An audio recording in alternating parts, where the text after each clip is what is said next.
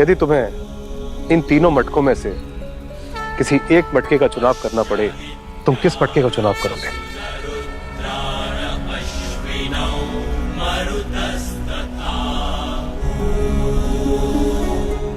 मुझे ज्ञात था तुम इसी पीतल के मटके का चुनाव करोगे, किंतु इसके भीतर है क्या, वो तो देखो।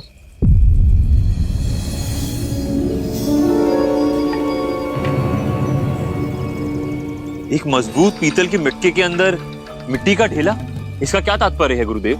बताऊंगा, तुम दूसरे मटके का चुनाव करो। जी।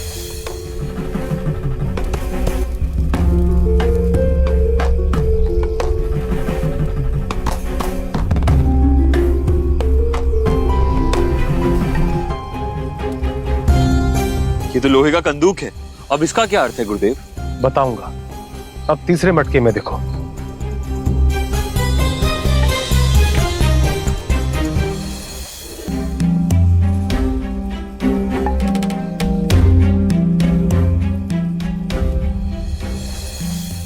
एक कच्चे मटके के अंदर एक मजबूत पीतल का मटका, उसके भीतर तो देखो। इसके भीतर कमल का एक पुष्प, इन सब का अर्थ क्या है गुरुदेव? तुमने अपनी आशा के अनुरूप पीतल के मजबूत मटके को चुना, उसमें से क्या निकला? मिट्टी का एक ढेला। इसका तात्पर्य यह है कि आवश्यक नहीं है जो बाहर से मजबूत हो वो भीतर से भी उतना मजबूत हो।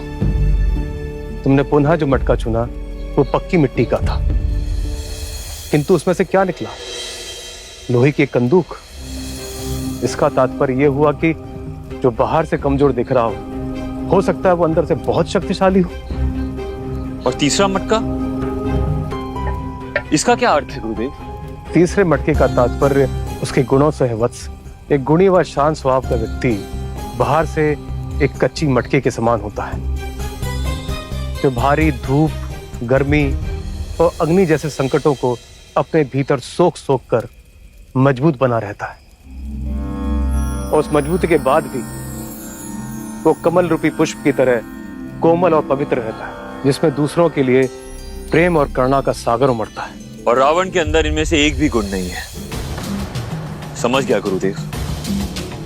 अगर मुझे मानवता को बचाना है तो वो पिनाक धनुष रावण तक नहीं पहुंचना चाहिए, और मुझे एक ऐसा व्यक्ति ढूंढना होगा जिसके अंदर इस कच्ची मिट्टी की तरह सारे गुण हो, है ना? हाँ परशुराम,